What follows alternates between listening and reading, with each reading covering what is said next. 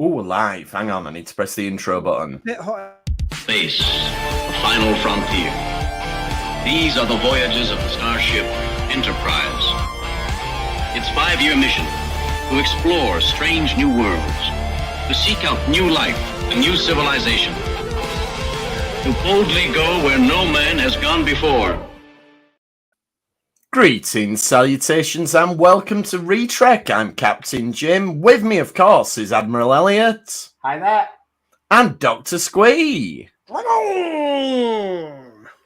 And we're here to talk about the latest episode of Star Trek Strange New Worlds, Ad Astra Per Aspera, which I obviously knew meant to the stars through hardship, but, you know, they didn't have to drop it into dialogue a couple of times. I did think putting into dialogue was quite patronising, quite frankly. Exactly. Yeah, like we don't know Latin. Yeah, as if we all don't know Latin. Yeah. We're obviously all public school boys. Yeah, I mean, Boris Johnson's watching it going, oh, yeah, I do that. Oh, do you believe anything he says actually makes sense in Latin? Oh, absolutely not. But anyway, but before we do that, we have got big Trek news this week. And we're not happy about it. No, Usually we're not. News, we're gleeful.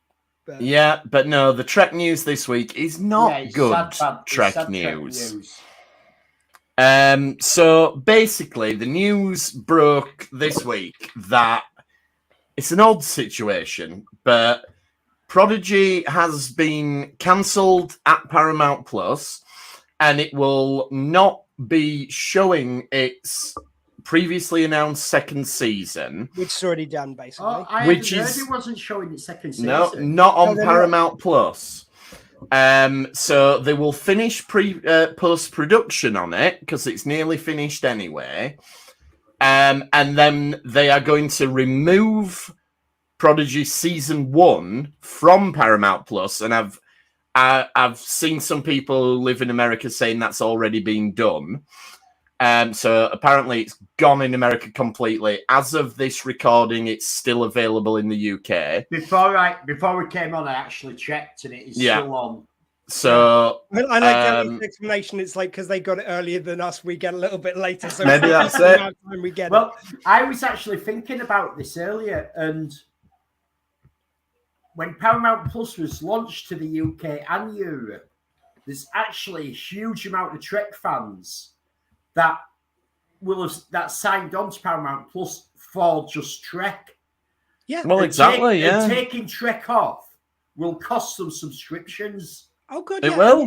I was saying, if I've got to start looking elsewhere to watch my Trek, I'm going to seriously consider. If I've got to get in touch with Bajan Militia to be able to watch Prodigy, well, I might as well get in touch with the Bajan Militia to watch the rest of it. Why am I paying Paramount? Why am I paying Paramount to remove the shows I subscribe to watch? I agree completely. I think probably the reason why they've decided to pull it before showing season 2 is probably because then they can offer an exclusivity to whoever buys it, so it makes it a bit more marketable. But in general, it seems like such a bonkers thing because there's two like there's Star Trek obviously is a huge draw to Paramount Plus, and then they've got Yellowstone, which was a big hit for them. But that's about it. And Yellowstone, I don't think it's that well known in this country. It's mainly in America. Not, and also Yellowstone. I am a fan. Yellowstone, though, is in a weird situation at the minute. And if Kevin Costner's lawyers are listening, or indeed the writers' lawyers are listening, this is my understanding of it, and I will say allegedly before any of this. So they filmed the first half of the season of Yellowstone, and there was some talk in the air that it may be the final season, but no decisions had been made. And then while they've been on this hiatus, apparently Kevin Costner and the guy who writes it, whose name escapes me for the time being, have fallen out. And there's been talk that Costner might not come back to even finish the season. And if he does, then maybe they'll have to wrap it up and make it the final season, and all this business is going on. I will just say, Costner does have a history of being a bit of a twat, though. Like, we had Waterworld. Allegedly. We had The Postman. Allegedly. No, we did have the postman. No, we did have the postman. And he was a twat for making those awful films. Yeah. No. Waterworld has its That's charms. what I was actually getting at. Yeah. No, for me, I think it's so like the whole rollout of Paramount has been so bonkers because they had Picard, but they also gave that to Amazon. So like when they released the third season, maybe they'd lock themselves into some sort of deal with them. But it was so the one thing you have exclusive, you don't, because it's another thing which everyone else already uses, which was the other shows are all still on Netflix. So Prodigy was the only start on Strange New Worlds and Discovery. So okay. Yeah. Well, this is turning into what the Romans ever give to us. That point I was going to make was not a good point. I forgot, apart from all the shows. They only got Discovery back because they paid Netflix a huge undisclosed sum to take this is true. Off them. But my main point was, it's like they've really mismanaged the launch in the UK, especially, and apparently in America they've already it's going like Paramount Plus to another provider. It's merging with Showtime, and they've announced a price increase as a result. To be honest with you, I think that's their move in this country, because let's face it, all the companies, the streaming companies now having to remodel, having to sell shows, and they're in the weakest position. I'm sorry, some of the weakest streamers are going to have to go, and Paramount, as much as I wanted it to succeed because it was the Star Trek one, I'm sorry, I think it's time for them to... Yeah, I mean, I think To be fair, this is what happened with cable originally. And you had loads and loads of different channels and that. And then eventually we're down to just Sky and Virgin in the UK. I think the States are very much similar, where you have a cable provider or one or two cable providers in an area. Well, that's what people have said. It's like if the streamers do start paring down and start even from maybe offering a package together, then they de facto become cable in the new model, which I think is the way they can have to go. Yeah, I think so. It's a magic money pot that they could always keep on getting subscribers, but you reach saturation. Well, it's going to get... Also, there's a cost of living crisis and that...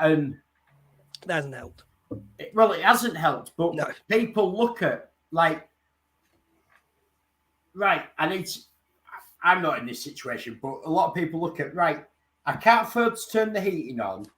My kids need new clothes.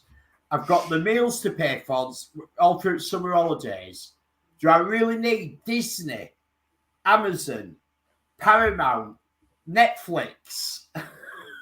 Yeah, that's the thing. I mean... And something has to give. There's ones that are too big to fail. Amazon and Disney, I think, are always going to be there because those companies, independent of their streaming arm, are just huge multimedia, multi-business juggernauts. So I think they will always be there. Paramount is, but... Paramount is from its parent company, Viacom. Yes, but Paramount on its own doesn't have enough original content. Like... I think what'll be interesting is to see, particularly in the UK, I think August is when Paramount Plus launched. And so a lot of people like myself will have got a 12-month subscription because they were practically throwing them at you. And I think it'll be interesting to see how much of a drop-off there is, particularly when they're doing things like this and dropping, as Squeeze said, one of the shows from one of the really big franchises. Like, it's one thing Netflix saying we're going to get rid of Hemlock Grove, which we made way back in the day. It was like the second show they did, and it was rubbish. You get turned into a werewolf, but only if you drink water from a puddle in a footprint of a werewolf's... What? Jim, that may have been one of the best reviews they've ever had. You're someone who actually watched it. That's it. I remember it. I'm a Grover.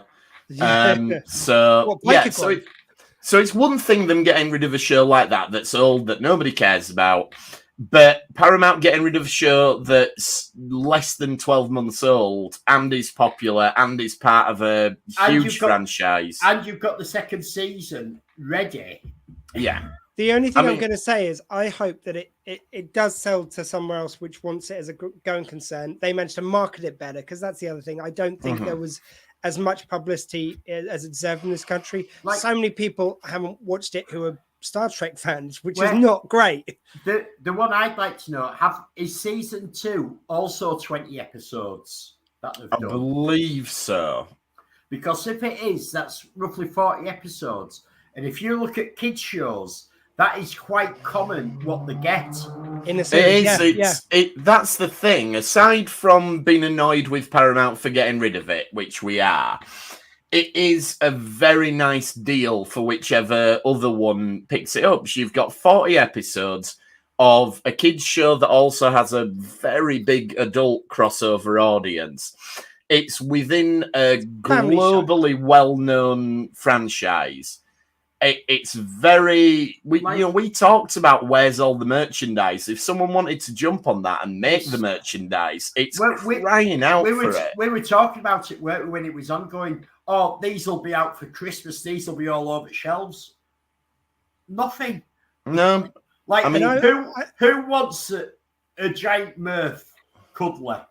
Absolutely. The thing is, to really make it fly, pun intended, but to really make it fly as a show, there is some resistance amongst some fans to watch an animated series. Like, we will watch Star Trek in any form. Like, they could draw it on a wall and we'd go to that wall just to watch it. But I have. Yeah, exactly. but there's other people who'd be pulled for the animation. If you show them what Prodigy is, it's such a heartfelt show. And this was what really saddened me. I was talking to you guys about this during the week. To me, it is the ultimate Star Trek premise, because you get so many the shows where, they're wonderful examples of Starfleet, but they're already Starfleet. This one was the losers, the kind of outcasts, the people who no one wanted, and they are Starfleet just by sheer will, not because they joined Starfleet, because they want to live to those ideals and those principles, and they made themselves Starfleet. It was the most Star Trek thing you could ever do. Yeah. So cancelling this one really hurt me, because I felt really connected to those characters on a very personal level. Yeah. Because I think a lot of us Star Trek fans got bullied as kids. We weren't the popular ones. We felt like these kids feel. And so it felt like a personal, but I really took this one fucking personally, to be frank, because it's one of my favorite shows for that reason. For that reason. I'm not saying overall it's probably up there, but I'm not saying it's my favorite Trek, but it's my favorite Trek for that reason, if you see what I mean. It just makes so little sense. And the other thing is with an animated show, as we've seen with The Simpsons, with Family Guy, you can keep them going forever. This could have been an absolute mainstay for 10 years more if they'd have wanted to do that. But anyway, clearly they did not. But I want to say, before we move on to the Strange New Worlds episode, there have been tweets from the creators of the show in ways you can potentially help. I mean, Paramount are not going to pick it up, but to sort of boost interest, to show potential buyers. So if it's still on Paramount Plus in whatever region you're in, watch it again. Tweet about it. There's hashtags you can use. Buy the DVDs if you can find the toys. Buy the toys. Just on your point, season 1 is there. We go. Season 1. So buy the physical media of it if you've got it on your streaming. So just leave it running in the background so that whoever buys it sees it as lucrative. There's a video game which has been knocked down in all the digital sales. I don't know if it's any good, but you can pick that up. The one that gets me, because they are they've said they'll sell it and someone's pick it up. Are they going to let them make more episodes of Star Trek? Don't know. That's the question. That's the interesting one. That's the question that, we want more, and we definitely want to see season 2. I can't believe we're not going to see season 2 on Paramount Plus. I may cancel my subscription monthly. I may cancel my subscription after I watched all Strange New Worlds. But I am really annoyed about it. It is annoying. Anyway, on to nicer things. We'll talk about Ad Astra Per Aspera, which is episode 2. Of Strange New Worlds season 2, played out much as we thought. Who was it? Squee or Elliot said last week, I want a good old fashioned courtroom episode. That was me. I think we all agreed on that. You got it. I love this one. Loved it. it's very much of the classic Star Trek courtroom mold. Before we get into this story, I just want to go back to something I did say last week, and I did watch both titles from last season and this season, and there are differences in the titles. They have changed scenes during. Some of it's the same, so you get the same startup of the Enterprise and showing it lighting up, and the Buzzard collectors. You get that. You get it flies off. You see, is all exactly the same, but then you get a scene where this season where it flies through a planet that looks like it's got giant trees. It looks like it's above the surface. Then you get it flying through a meteor storm, and it's getting hit and on its shields. That's new. And then you get another one where it's flying over a planet in the atmosphere and skimming the surface, and that's new. Right. And then it cuts back into the same titles as last year. So they've cut like 3 scenes of the titles from last year, put new ones in, which is quite nice. I like that. I hope they carry on doing that every season. Like, just add a few more each time and replace a couple, and it keeps evolving. Yeah. That'd be really nice. Can I just quickly, just while I remember, I'm just posting in the comments for anyone who is currently showing this Facebook user. I've just posted a thing of how you give permissions to StreamYard to make comments, so we can see your name, because it'd be nice, because there's certain of you which comment every week. So. And just if I it put it in the asks chat, you but I think you guys need to give permissions again to some place, because we need to give permissions for permissions. No, on your way in. I give all the permissions yesterday when I did it. I was saying can't post to some destinations, which is unusual.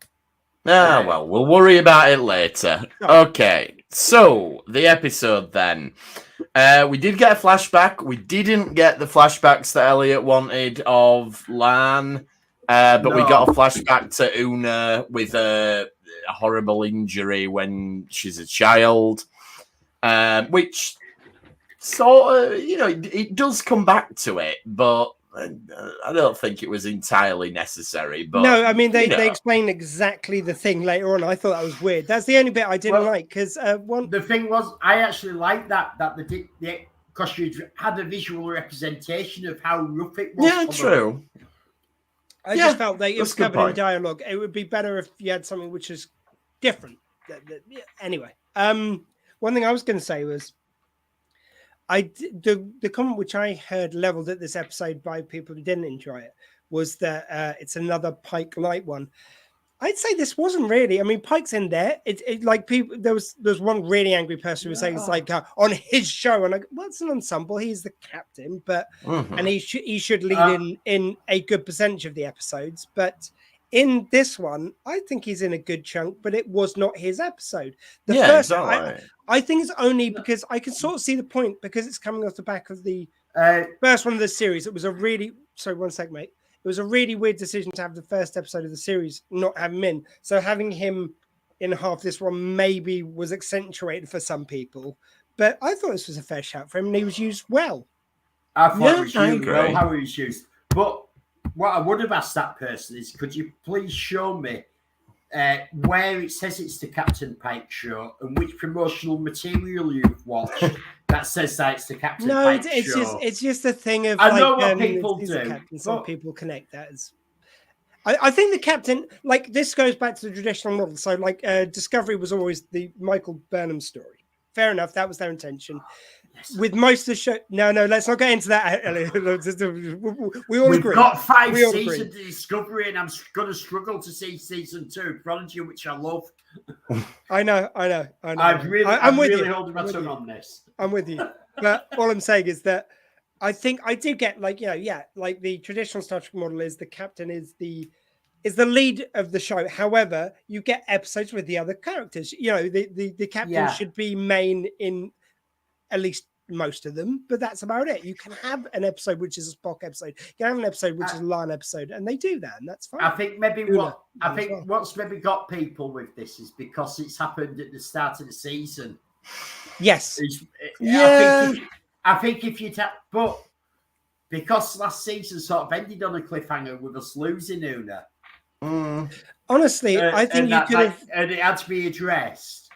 Yeah, but so I think did you maybe do this episode as episode 1, but then you haven't got the second episodes where Captain Pike's not with them. Yeah, but like I think it's very easy to do though, that you could do like this one is like, even if they had to film it in this order, they don't have to show them in the same order they film it. They could have easily made this one the first episode. You have to make some minor writing tweaks that there's another reason that Pike's got to go to a symposium on Earth or something, you know, or on another planet. It's very easy to write someone out if you need to. Yeah, but I mean, have to be he was off to get the lawyer. That didn't really. Okay, at the beginning he's in the lawyer's office, but you could have just started it like that. You didn't have to have had the journey. To me, I quite like that. They're brave enough, that they're secure enough with the show that it's not riding on one person. It doesn't. No, it isn't relying on the shoulders of one person. They're saying, yeah, we have put a good cast together who can carry an episode without certain members being there. I must admit, Pike is always going to be a hero, but. The only thing I would say is like the first episode of the series, I want to see my captain. Like this one, it didn't rub up against me at all. I thought this was very nicely done.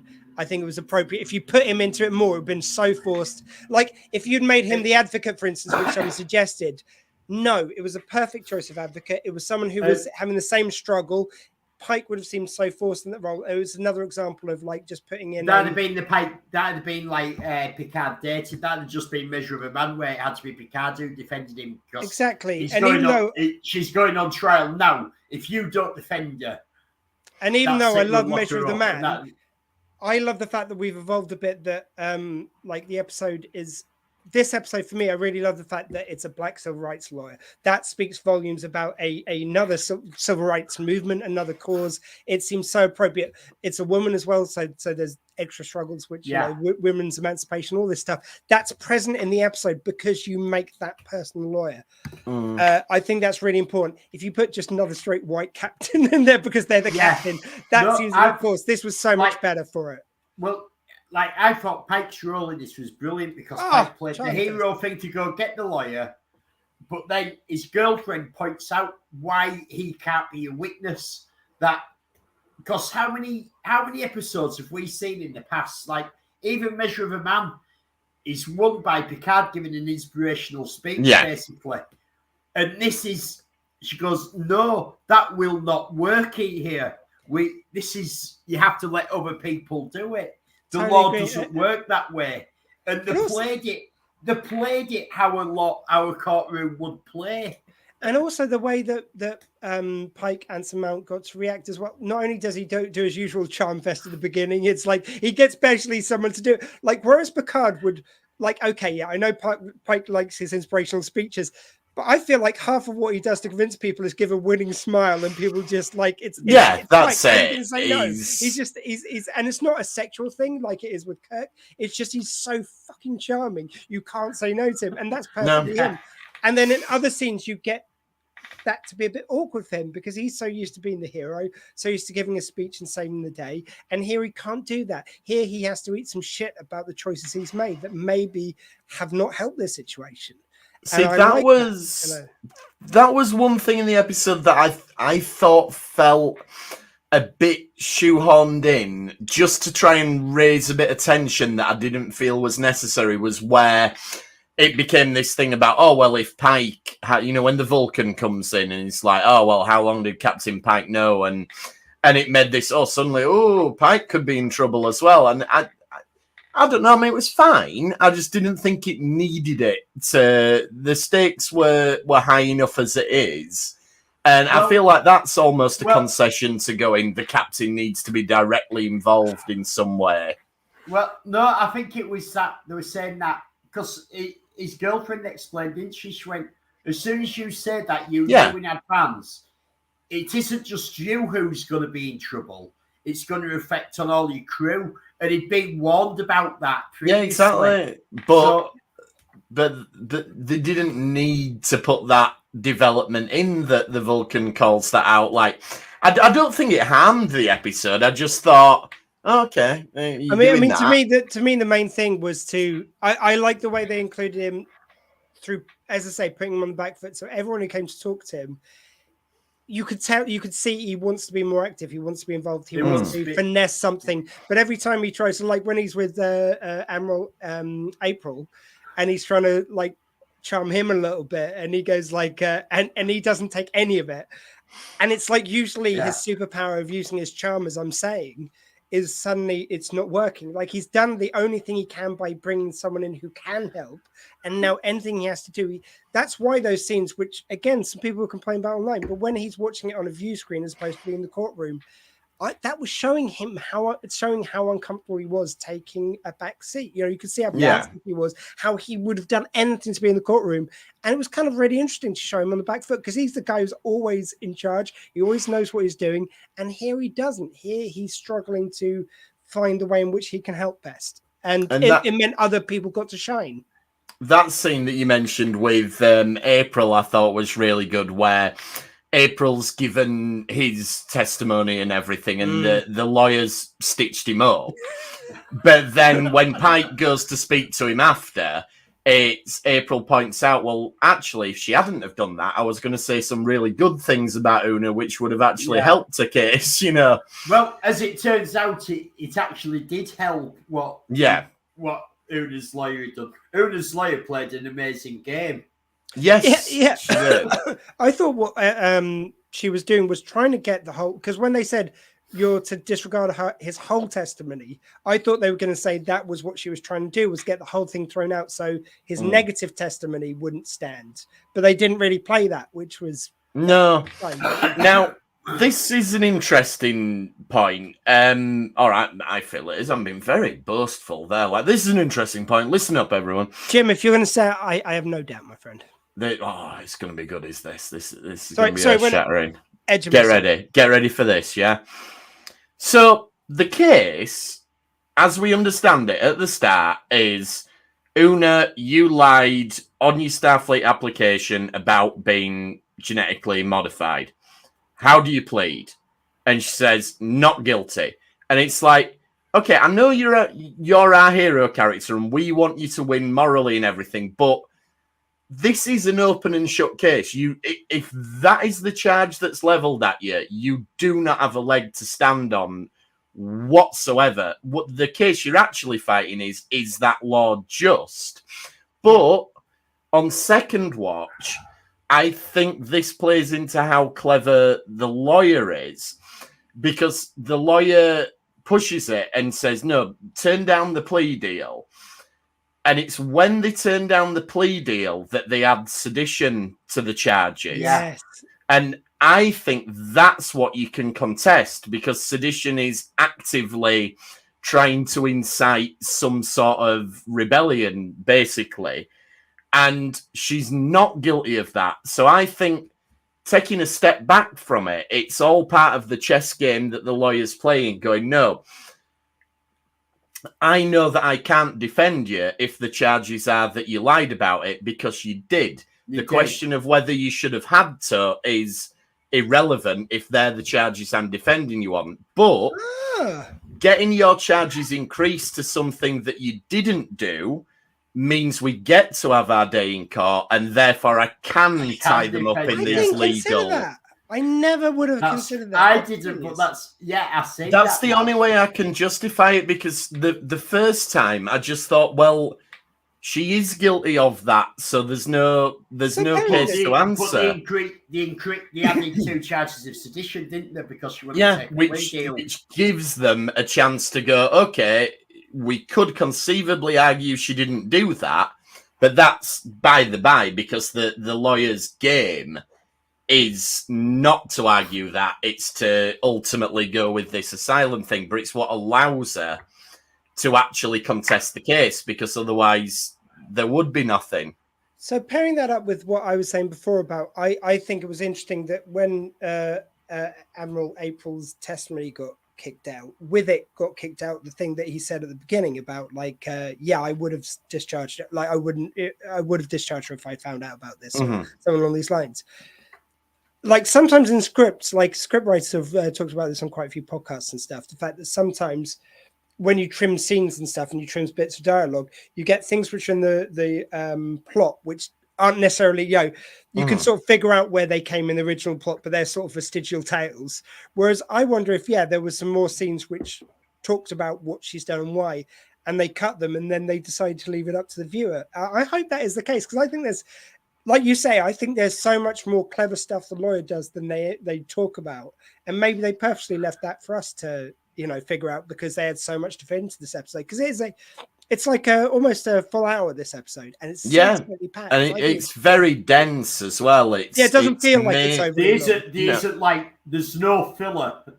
Not at and all. It's as is demonstrated by the way we're talking about it. It isn't a typical episode. Like, usually we go through it sort of plot point by plot point, but you can go this A to Z. This is not that kind of episode. This is a kind of episode to get stuck into the ideas that are being bandied about, and I'm happy that we're jumping all over the place on this one. It works. Like, we haven't even mentioned how, apart from Pike went to get the lawyer, that he nearly killed himself to get her.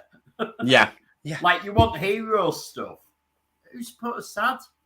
Yeah, don't worry, we're really nice. Yeah, I thought we'd be nice. Jody's put clever lawyer stuff. It was clever lawyer stuff. Facebook user put Space Monkey. I'm not sure about that, but that's a reference to. I think it's just Jody's said about Prodigy. Did the permission thing, and for some reason it reverted again? Oh, was that Jody as well? So. Oh, well, we can see it's Jody now. Yeah, but not on the old message, because she posted that before. No, yeah, but you can on the news stuff. Probably saw it again. So it's worked now. I was going to say, what were we talking about? Sorry, I've got myself to remember. Well, I don't know, it's that sad face. It's thrown us off completely. Yeah, whoever put sad face, come on. Well, I was talking about Pike did his hero thing. Yes, he did. He literally nearly killed himself to get this lawyer. He goes to a planet where they can breathe, and they're the only species that can breathe on the planet, which I find really odd, because, like, I'm not a doctor, I'm not a biologist, but I know how the human body works a little bit and how oxygen works. Mm-hmm. And it makes you wonder, what gas are they actually processing for the body that it's running on? It's genetically altered themselves to take it, and when they've genetically altered themselves, how does it still look human? To be they said they adapted. It didn't say necessarily. They didn't necessarily say that was due to genetic engineering. I mean, you can put two and two together very easily, but Pike's wording was that they've adapted. So I wasn't sure if it was exposure let you breathe it more easily, maybe, because they've used that in some when they're the only species who can survive there, which sort of talks about. I just took it from. I know, like in some sci-fis, they say longer exposure, your body gets accustomed to it. Yeah, but then that makes you wonder, because obviously, if you're on a world, you've got plant life there, so you assume that's going from oxygen. You're going to have animals around for your meat because you need your sausages on the morning. Yeah, I mean, I know you don't, Ian, but I didn't say it. I was leaving it be. To be fair, my latest video, I told you how to do the vegan option. Yeah. I mean, I did think it was an interesting choice, though, because I like the scene. I like the idea that Pike, just to get someone to talk to him, would hold his breath, essentially. But it seemed like a weird thing to throw in, given that it doesn't play off in any of the rest of the episodes. So it's basically for one scene, you have this thing, and maybe it's something they're going to use later. I think it's sort of playing on, like, from the previous episode where we saw, like, the species on another planet and they become adapted and to harsh conditions. And I think it's just showing how they can adapt to all sorts of different conditions. Yeah, I just feel like you'd use it because they're shunned by the Federation and treated like outcasts. They've gone off a great deal, sodgers, and they've gone off and they've got a lovely society on their own. Yeah, I think it speaks to the level of persecution that they probably feel, that they've had to go and live somewhere that the very nature of it keeps it's to keep people out I got the impression anyway. I didn't feel that. I got it. It's very much that they've gone to be secluded because they tread that way. They've gone because it was the only thing in the whole episode where I thought it's like, well, nothing else in this episode I think you could cut and it still works, but that seemed a bit weird to me. Yeah, I don't think it added a huge amount. I think it was to give Pike his moment at the start and everything, and to hero moment. Yeah, and to introduce the character. And his girlfriend does say to him, doesn't she? She goes, "You've done your part. You've got her lawyer who can help her. Anything else, that's it. You're done in this case now. You're done." One I did want to talk about. And you see that for the rest of it. The one thing I did want to talk about, and I think this was delicious. I think Strange New Worlds has generally done a good job of honoring the original series and bringing in some elements where it kind of the look and the feel. In this episode, I think they excelled themselves. Like, not only do you have those glorious dress uniforms, which look like, who would have kept those badges apart from them? Like, most shows would have tried to modernize them, not make them look so 60s, but they kept it, and I love that. The little triangular badges which fit into a mosaic depending on your rank or your medals or whatever. That's totally original series. Those dress uniforms look so true to the original series dress uniforms, right down to the fact that when they had a pad in front of them, they used some of the chips you put into the the reader to, like, they did a very good job of kind of compromising, because they had those, like, that had the data on it. They put it into the pad, but the pad was a flat screen, so it kind of like compromised. So you got the feel of it without it looking too well. There's no reason why you'd have it like that. Yeah, like we've talked about this in the past, haven't we? Where you cannot do the sets and the effects like the original series. Not for because it was made 60 years ago. Yeah. And it was done with and effects and stuff have moved on. And it'd look awful if it was made now. The original series, I love watching it, but it is of its time. Yeah. But this series, Discovery, to me, is completely different technology and doesn't relate to the time period it should be. Strange New Worlds are giving the necessary nods to the original series to know what they're about. Because that was my main argument with the first, especially the first series, but also a bit the second series of Picard. It just, nothing felt Starfleet about. There was no connective like tissue in the ship or in the look and feel. Whereas like, I'm fine with the modernizing, but you've got to have that feeling like it's that time period. The continuation. Yeah, it can't feel completely alien to it. Which, like, even with Discovery, when they go to the future, there's a feeling that is the current iteration of those designs. Like, in the future, that's where they've gone. Yeah, I didn't get that from the beginning of Picard. So to get something which felt so true to the original, this episode particularly, I think, like, if they're giving out any design awards for this, I think this episode should be up for it. It's for costume. Very much a callback to like Court Martial and the Menagerie, where you had all these bits of technology and everything. Yeah, it's great. Do you even have the thing where you put your hand on lit up? Yes. To see if you tell the truth or not. Yeah, that was great. And it's just them little. If you're Trekkie like we are, you know that what that is. You know that is serious, that they cannot lie because their hand is on the light. And also when it's going bleep bleep, I'm thinking Pike's watching that going, it's like, you know what? If I end up in a chair one day, that would be a really good way of saying yes and no. Yeah. That's where it gets. Yeah, he's forward planning. Yeah, I did sort of think it did look like the original series, but also it kind of felt like of the technology of his chair.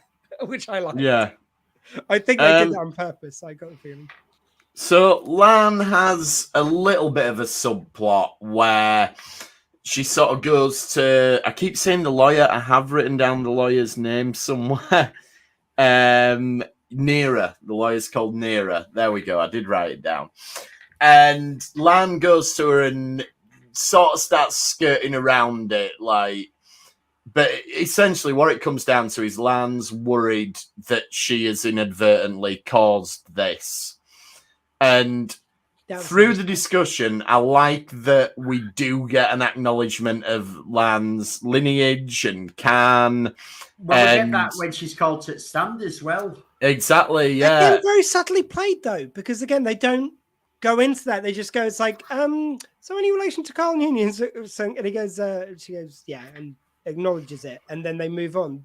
Other shows would have felt the need, I think, to build that more. And I like the fact they trust us to connect the dots. That's her calling that out in the courtroom. That's all she's going to do. But they do have some acknowledgement that sort of an implication that Lan may have some residual effects from the augmentation back in the day sort of thing. So it's just a little tiny thread, but I wonder if it's one that we're gonna revisit at some point. And is she gonna have to ask for asylum now as well? But they're definitely gonna have that come up somehow. They've got to address the Khan of it. You know they're gonna they've got to put, like we all said, didn't we, when we heard her name, it's got to be the same. But this is the first time it's actually been acknowledged on screen that she definitely is related to Khan. Well, it's like there's a I think I brought this up on the show before, but there's a writer who said that if you're going to, in a play, introduce a gun in the first act, it has to be fired by the third act. You know, you can't introduce Chekhov, in fact, said Chekhov. Thank you. What, from the original series? Brilliant. Yeah, he said it was invented in Russia. yeah, that would be about right. So yeah, I felt like So yeah, if they never addressed that, that would be bringing a gun on stage and never addressing it. Yeah. So and I love the fact that they did kind of like call back to the fact that she made that log and deleted it. So they obviously had this in their minds when they did that. So I love it when they lay these like trails of things which, if they hadn't brought back to that, you would have just gone, oh well, she was just being pissed at the time. She deleted it. Yeah, exactly. Good reason. You never would have thought of it again, but it adds so much texture here. But I also like how she goes to Uhura and asks for records of communications about her, but also personal logs. And Uhura just immediately goes, "No, I cannot do that." And a rare use of Uhura's first name, Nyota. Nyota. Yeah. Nyota. I thought it was Nyota. You got it. Yeah. I think that's it. But yeah, that was. I like her when they throw that in now, that because she spent so many decades without one. Well, she did. Like, she wasn't given a name until I want to say Star Trek 6. I was off to say 2009. Oh no, it was Star Trek 2009. Yeah. It was Gene Roddenberry had told Nichelle Nichols that was Uhura's first name, but it was never made canon until which is lovely. Yeah. And so I like it when they throw it in every now and again. It's just nice. So for all those haters of the Kelvin version, it give us something beautiful. It gives her a name, a full name. It gives us so much beautiful. If like I get the qualms with some of the movies, but like that first movie for me is perfect in the 2009 band. Yeah, I think the first one's an amazing film. I really like it. I could go into a lot of things that are wrong with it, but now isn't the time. No, now's not the time. But if you do want to find our thoughts on it, if you search back on the podcast, we did cover it at some point. Did we? We did, yeah. Wasn't that early doors? I thought we went through all the movies together. We went through all the movies apart from the Kelvin ones. Then we came back and did the Kelvin ones after, in between seasons of something. Back when we had less Star Trek shows, which we're getting to again now. Thanks, Paramount. Ooh, I had to have another dig. Anyway. We're going to Sheffield soon, so we can say bastards. Yeah.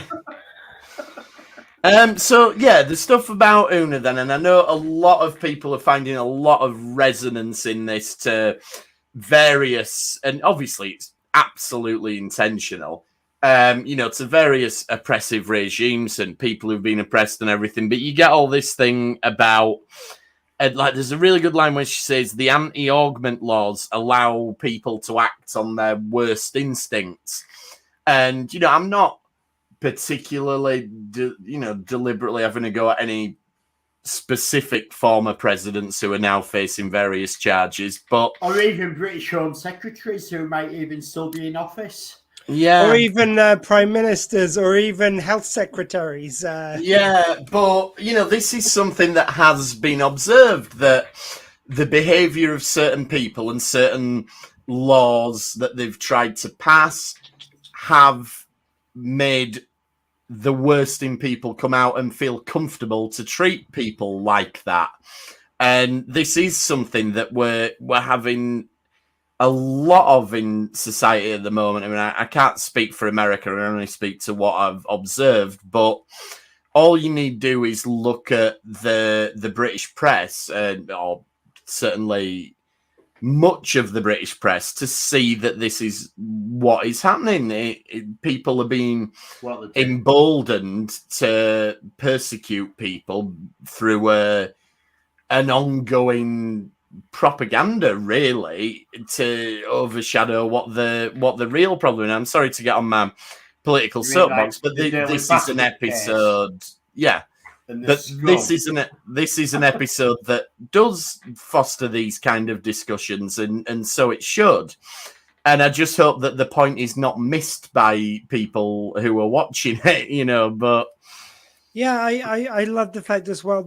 She literally specifically called out the kind of right struggles that people have had. So she mentioned race, gender, sexuality, all those things were brought to the table. Like, I mean, I love a good Star Trek allegory, but I don't think there's anything wrong with calling out kind of like, these are people who have struggled in the past. These are the people who we're representing with this episode. Like, it's kind of almost talking to the audience a little bit as you talk to the characters. It didn't feel forced. It felt natural to the episode. And I thought it was great. I've actually stopped even looking at what the hateful sort of press says. Yeah. But I imagine that they'd be kicking off about this episode being so woke.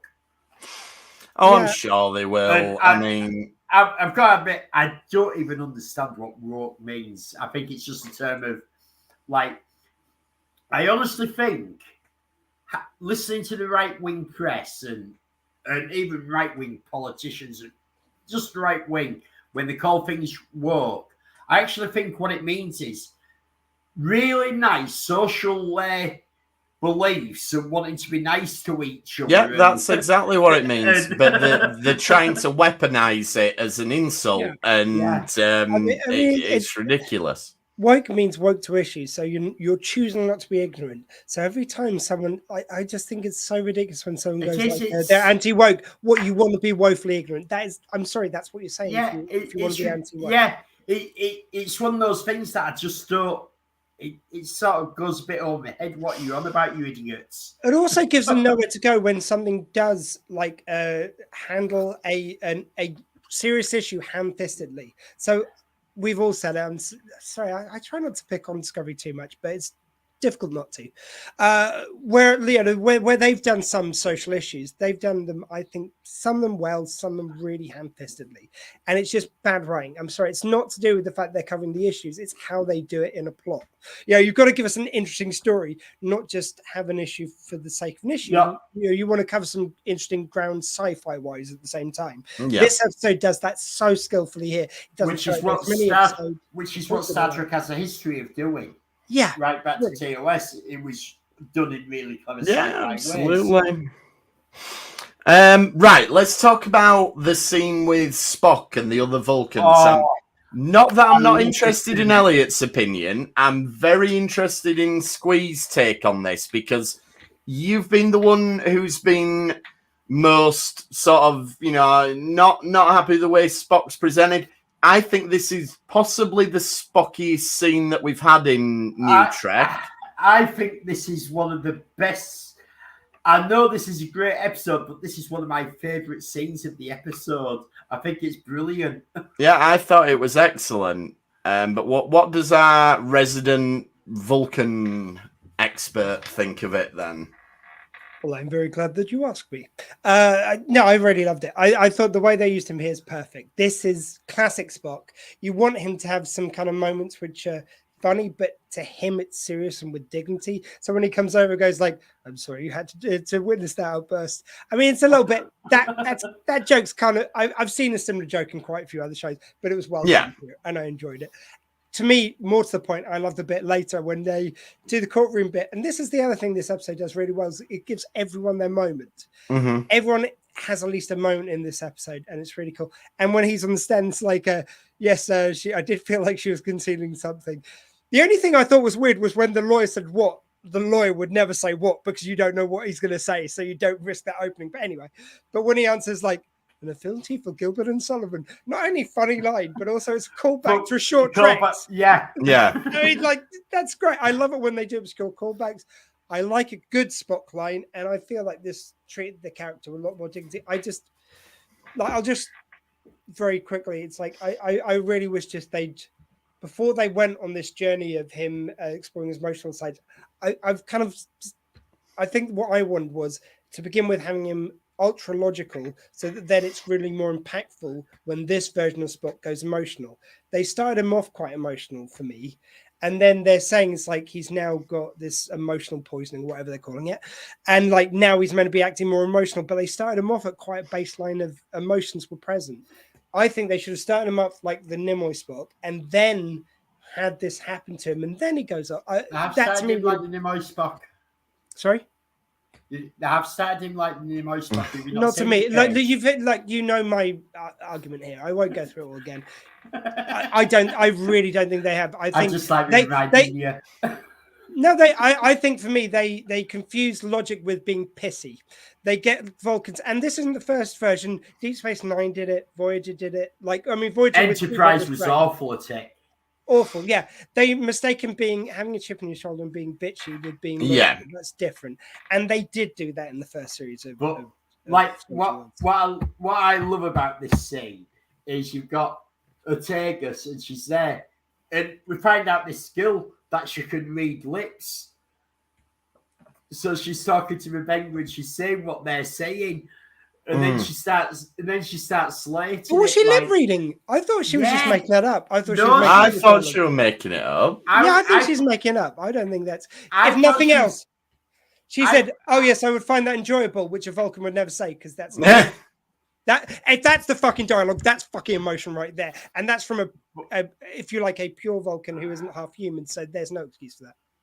Well, so I think I got the impression that she was reading lips, and maybe. She's maybe a bit ad-libbing what they're saying, but I think she was reading lips with them talking to each other. Oh, it just reminded me of the Italian Job, the remake, when they've got Seth Green, and he does it with Jason Statham. He goes like, "You're a bit stupid, aren't you, Bird?" "Yes." "Lovely."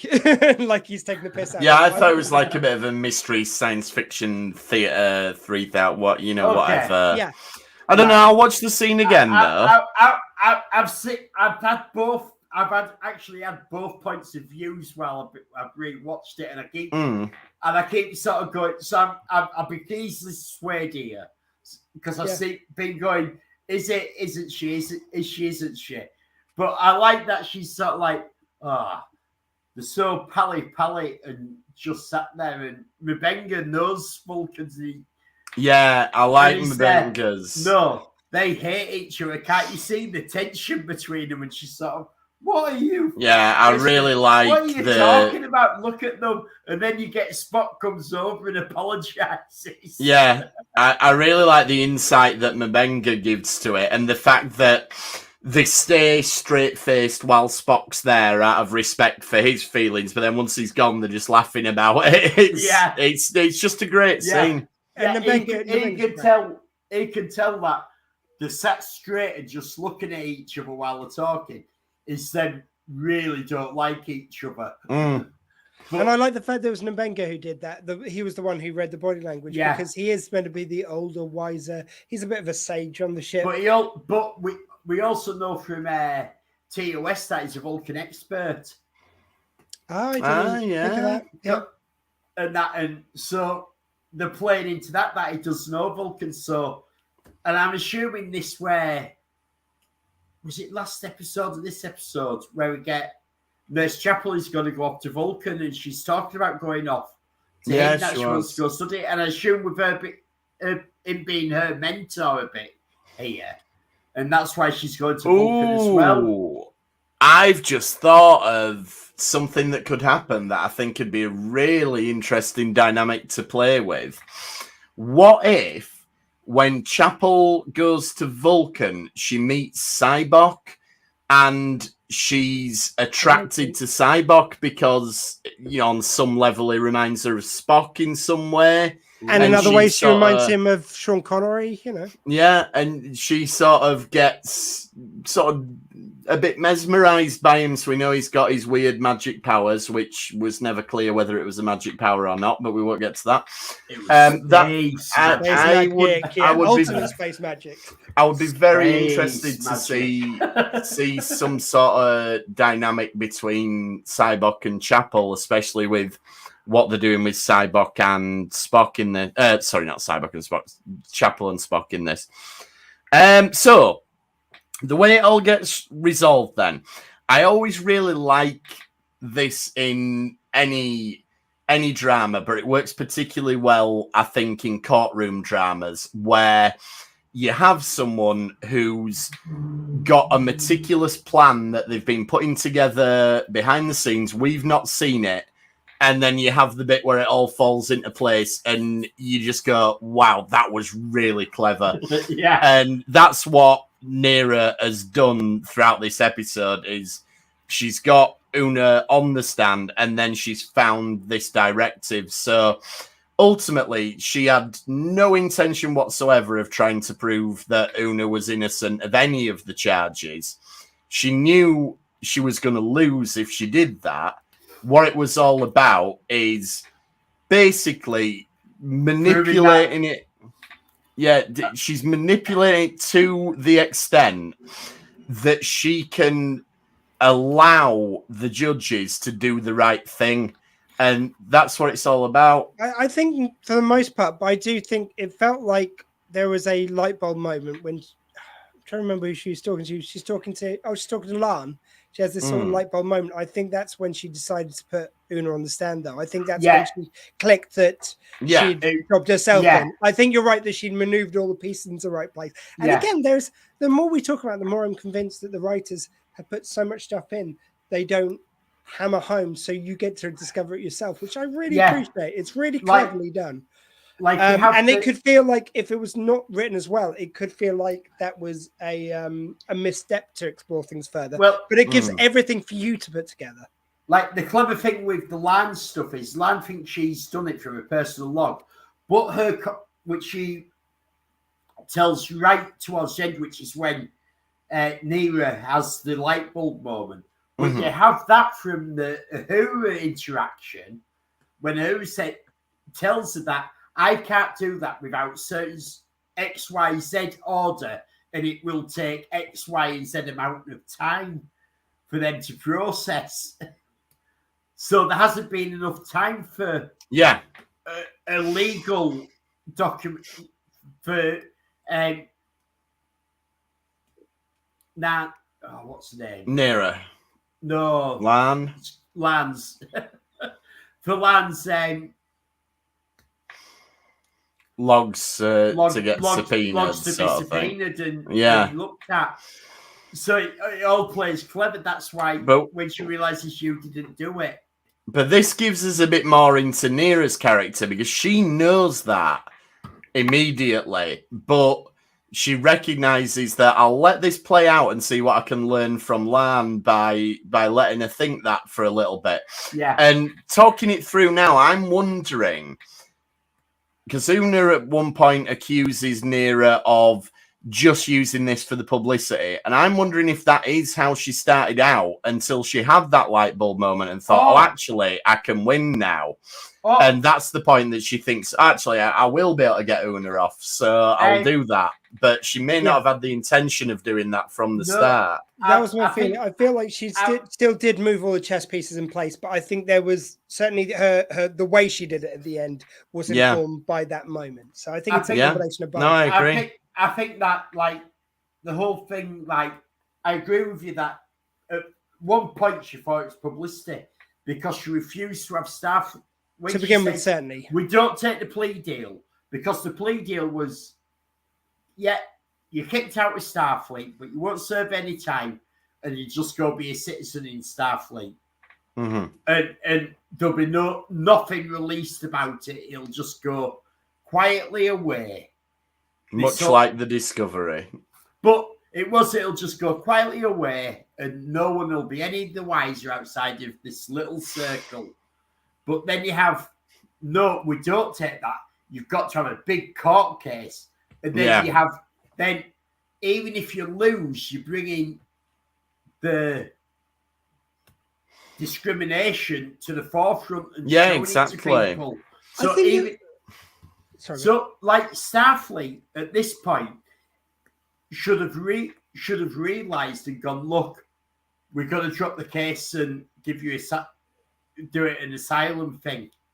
They should have done that to stop the publicity, because all the Federation citizens are suddenly going to say, hold on, we're discriminating against an entire species.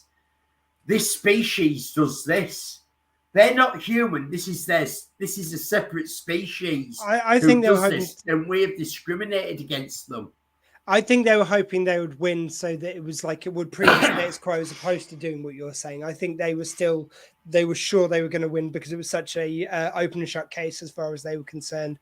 So the rest of them, I think, but they weren't expecting. And you've still got the publicity, haven't you? Because what you've got to bear in mind is, Una, she isn't human. She isn't an augmented human. She's a completely different species that has a tradition of genetic modification. And the Federation decided, because of something in human history, they are going to discriminate against this species. Oh, I agree, but I don't think to begin with they see it like that. I think as the case in the episode unfolds, I think they become aware of their biases, but I think they are so set that this is the right thing to do. Yeah. I don't think they see it as bad publicity, because they see we're going to throw the book at her. All people will see is if you break the rules, basically fuck around and find out. Like she'll go down for 20 years hard labor, which is what they, or whatever it is they're pushing for. I think that's the way their minds work at the beginning, but by the end, again, this is what's so wonderfully Star Trek about it, because I didn't even consider what James has said about, which is totally correct about certain bits of the case and moving things into place. I just thought that it was showing courtrooms in the future in the Star Trek universe are so evolved that even though it's not the charge she's arguing, it's the law she's arguing against, they allow it because it's Star Trek, because it's Star Trek. Maybe that's the case as well. No, I don't think it is. I think your case is better, but I think there is an element by which if you get a fair society, then it allows for something like this to happen. Like if they were a less fair society, there wouldn't be a legal route for her to prove her case in the way that you've laid out. I think that is totally what she's doing, but it is still so wonderfully Star Trek to do that. Yeah. And I felt even represented in some of bits, because it's like, I don't mean to try and make every episode of Star Trek about neurodiversity now, but I do think there's a thing where they talk about guilt and shame and hiding it. And when La'an talks about, but what if I do she takes on that persona of feeling like there's an evil side to her because that's what she's been told. And a lot of people who are neurodiverse end up taking on the idea that they're stupid or they're not as good as other people, and I took on some of that when I was younger, and so it felt like such an allegory for that in there as well. Like the amount of people who could feel represented by this episode is that's it, exactly. Like even for Star Trek, it covers so much ground. I don't think it's targeting one particular demographic. I think it is just going for anyone who's been unfairly unfairly prejudiced against. Now, this is just a minor thing, and it's just maybe one of my little pet peeves in drama sometimes. When they do the big reveal that, will you read out the thing about how the asylum works? And they do these little flashbacks to what Una said earlier. And it's like, I just don't feel that was needed. It's like, no, I get when Captain Vatel's reading it out, I'm like, I remember her saying something that would have tied in with that. It was only 5 minutes ago. To be fair, I got it and I could tie it in. But I think dramatically it worked really well. Like as she was reading it, you got how it was showing how clever she'd been, that she put Una on the stand. Yeah, it was. To say these things that she knew that by her questioning with no coaching, this is what had happened. Yeah, no, absolutely. I just think for me, I would have got more out of that if the second time I watched it, I'd have been like, oh, that's exactly when she said the thing, and that'll tie in later on. And it's one of them. It's like you can either show it immediately so everybody gets it, or you can allow it to go the other way. I'm not saying either one's right or wrong. Just me personally, I didn't need it, but. Yeah, I didn't feel the need for it either. Like, yeah, it's narrative TV. I can keep those. To me, I didn't need it, but I didn't mind it being there. It didn't take anything away that they put it there. I thought it was a nice little part that just put the icing on that you were showing just how clever she'd been to put it on the stand. Actually, I mean, what for me, maybe like to address something we've been talking about. Maybe you could have had all the moments where the lawyer put it together to this moment. Might have been a nice way. Again, it's kind of fun that they let us put it together. And like, we're even realizing stuff now, which is really fun. That like, so after seeing the episode, we're still kind of putting pieces together and going, oh, this seems clever than I realized. There is something nice about that. But there's also a nice, like, I do like it when they, the detective thinks back and you see all the clues that led them to there. Yeah. It's a very detective-y kind of lawyer in this.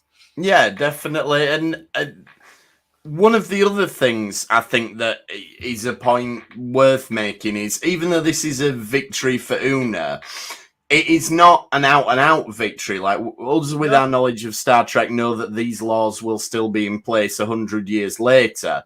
And I like the fact that that's acknowledged. Like Neera says, no, this is a start. We've not fundamentally changed the attitude or anything. All we've done is allowed this panel of judges to do the morally right thing by finding a loophole, basically. On the technicality. We've got away with it, and we've allowed them to show some compassion, but the outcome of this is not going to be that things will be better going forward. We don't change the law. We don't change everybody's attitude. It's almost like you've got this panel of judges acknowledging, that's a shitty law, but we're not going to do anything to change it. And so there's a little tinge of sadness, I suppose, to it. There is a nice mirroring, though, to the arc of actual human justice cases. So, like, I've seen some brilliant breakdowns of how kind of like the Black civil rights movement has moved forward and then had so many setbacks. So like, they announced emancipation in this year, but it's not until this year until the slaves are actually freed. And then you've got like civil rights laws passed, but they aren't really enforced until so many years later. Yeah. And now you've got backlash of kind of so many laws being overturned in America, state by state, to disadvantage blacks and different minorities. And so there is a realism to the fact that as much as we want to believe that the arc of human justice is always in one direction, it kind of like takes some cuts, which we don't want before it gets there a lot of the time. So it's very real to the truth. Yeah, it is. That talks to the fact they've expanded upon an idea, because in the episode with Bashir, we see how many benefits he gets. We see how he gets to stay in Starfleet. And it did raise some of the issues about those who weren't so fortunate. But it didn't cover it in such a way which really showed that it's like, well, why should we be prejudiced against people who, they had no part in being experimented on? And, this really fleshes that out a bit more, as we do now. I think this is, I would hazard to say this is the best courtroom episode that we've had of Star Trek. Oh, it's got to be up there. I've got to say, I think this is better than Measure of a Man. I think it's clever. I think it's cleverer lawyer-wise. Yeah, maybe so. And I think it makes more sense that it hasn't got to be the captain who defends him, or he'll be found guilty. Yeah, I mean, it evolves ideas from Drumhead as well. Like, I think what it's done, the reason why I think the fairest way of saying it is this one does stand on the shoulder of giants. And it's like, you've had so many great courtroom dramas in Star Trek, and we've had such an evolution of how we tell stories that we can go into issues in a different way and in a more in-depth way, in a more complex way. And it's like it's taken all that, put it all together into this like ultimate. It's kind of what I feel like Star Trek 2009 did. Star Trek 2009 is a wonderful, amazing film, but you don't get to there without all the other things that is taken from to put into that one film from Star Trek previous. This is the same. It is every great Star Trek courtroom drama put into one with their own new take. That's just wonderful. So yeah, I might agree with you, Elliot. I want to think about all of them, but I think you might be right. I honestly think this is probably the best courtroom they've done because of how the lawyer does it, and that they've gone that, and it's like the drumhead. It had to be Captain Picard defending. Yeah, Measuring Man. It had to be Captain Picard who defended him, or the case would be thrown out immediately. What kind of fucking thought is that? The S9, yeah. Had to be done immediately. This is done. No, it's had to go find her a good lawyer because the lawyer she was assigned was from the judge advocates, and he's immediately going to because he's from the same office. And Una, I love her line about that. You're from this. How can I listen? How can he be my lawyer when he works for you? Yeah. Yeah, that genius. Yeah, I'll have a think about that. I'm not sure I'm sold on it being the best one, but it's certainly a very good episode. That would be a great episode, a courtroom drama retrek, like what we talked about. I do have one problem with this episode. Go on. And it's right at the end. We get the nice scene in the transporter room, and Una thanks Neera. Yeah. Thanks, Neera, for what she's done. When she says that it's just a step, we got you off on a technicality. But I like this crew there. They serve under you. You're one of us, and you're their first officer. You're telling them what to do, and they have no problem with that. I like this. That these are just accepting people. And then you have Una does the little thing where she turns. They give the round of applause, which is really nice. I like that. Then you have Una asks what you're all doing, and Tegus goes, well, the ship basically flies itself. I like that. And then Una goes, well, all back to your duty stations. Why does Captain Pike's girlfriend leave the transporter room back to her duty station on the Enterprise? Good point. Because celebration sex for Pike. Maybe.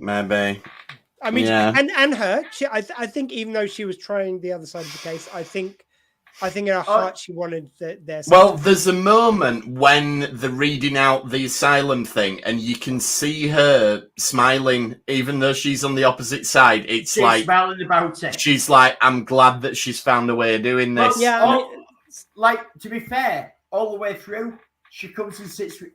She apologized to Pike when she arrested her, and she goes, look, I've been made to do this. This wasn't my choice. This is my job, and I've been ordered to do this. And then she goes and sits with him, and she's the one who, and Pike wants to be called upon. She's there, you're annoyed you're not a witness, and then she starts talking to him and talk about her, and she goes, when did you find out she was augmented? And she just proves the point because she's his girlfriend, and she goes, I can't, if you're put on the stand, you're off to cause yourself and your crew problems.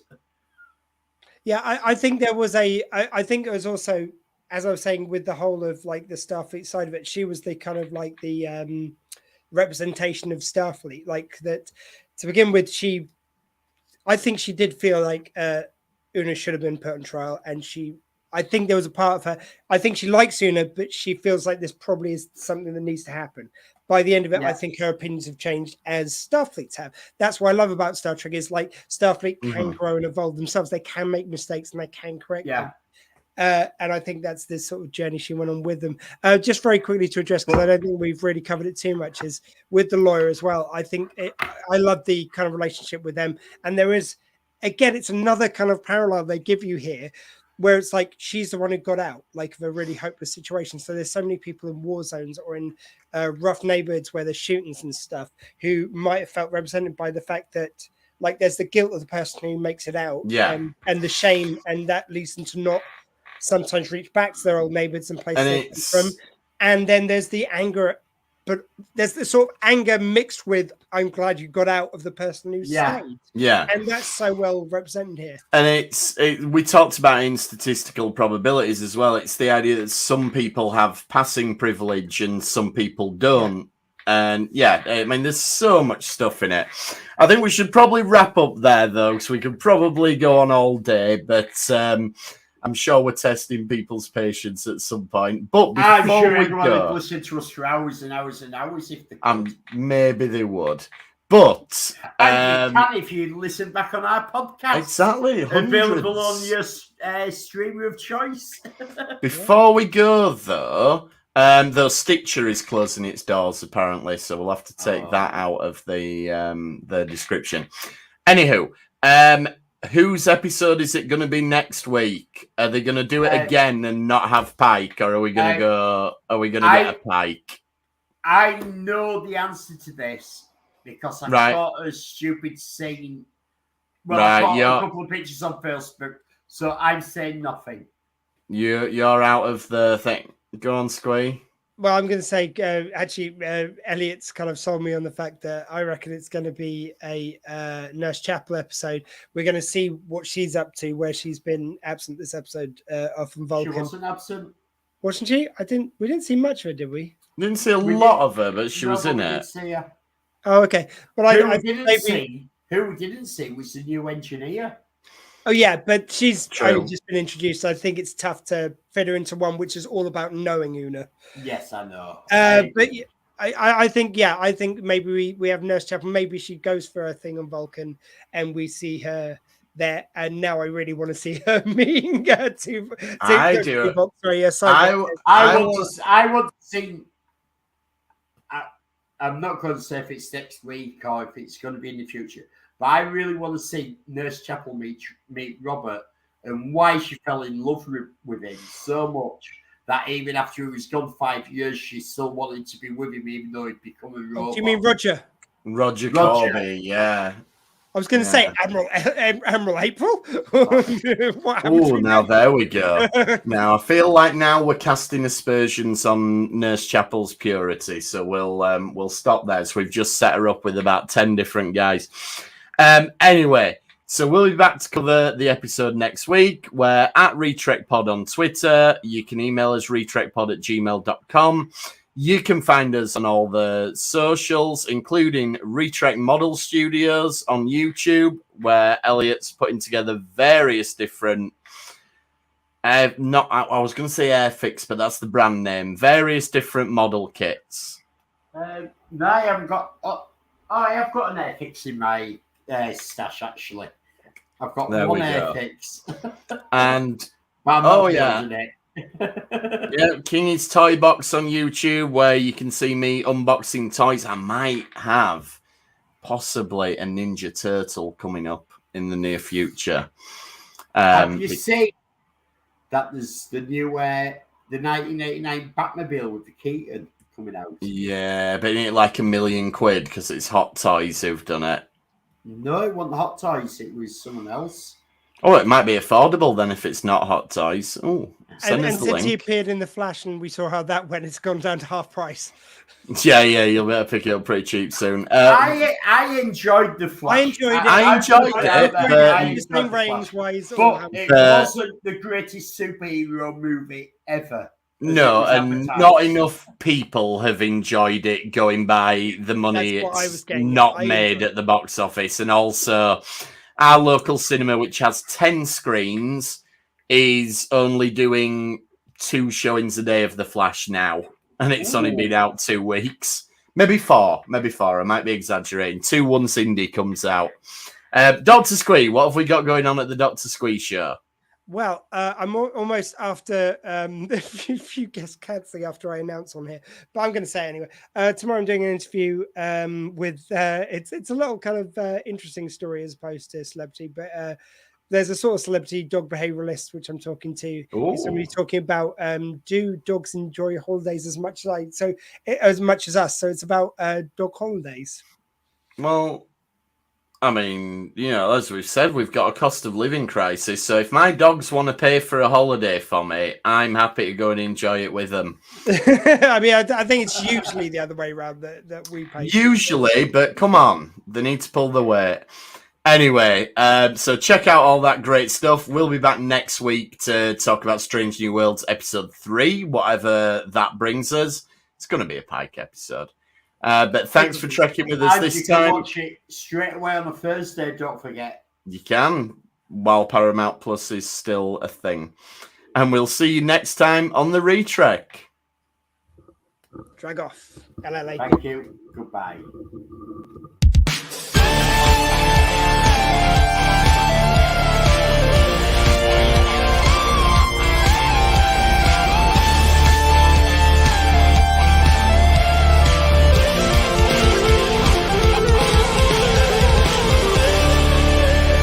Fascinating. So it's a bit